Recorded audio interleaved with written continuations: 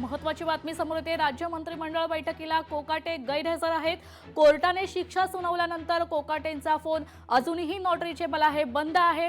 मंत्री माणिकराव कोकाटे हायकोर्टात जाण्याच्या आता तयारीत आहेत। कोकाटेंना हायकोर्टातून दिलासा मिळतो का हे पाहणं आता तितकंच महत्त्वाचं ठरणार आहे।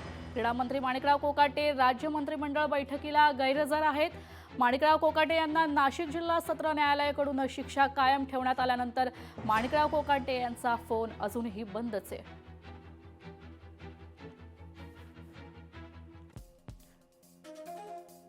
तर रोहित पवारांनी एक ट्विट केलेला आहे। कोकाटेंना शिक्षा झाल्यानंतरही कायद्याचा गाढा अभ्यास असणारे विधानसभा अध्यक्ष कोकाटेंची आमदारकी रद्द का करत नाहीत असा सवाल रोहित पवारांनी केलेला आहे। कायद्यानुसार लोकसभेत राहुल गांधींची आणि महाराष्ट्रात सुनील केदार यांचे सदस्यत्व रद्द करण्यात आले होते।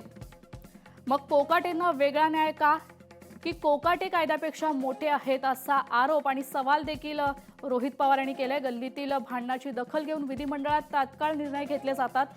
जेव्हा निर्णय घेणं गरजेचं आहे तेव्हा विलंब का?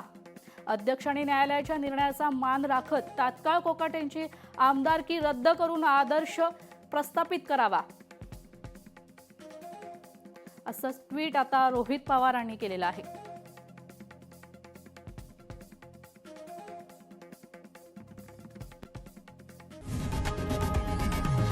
लोकशाही मराठी ऐका, पहा, जागरूक रहा।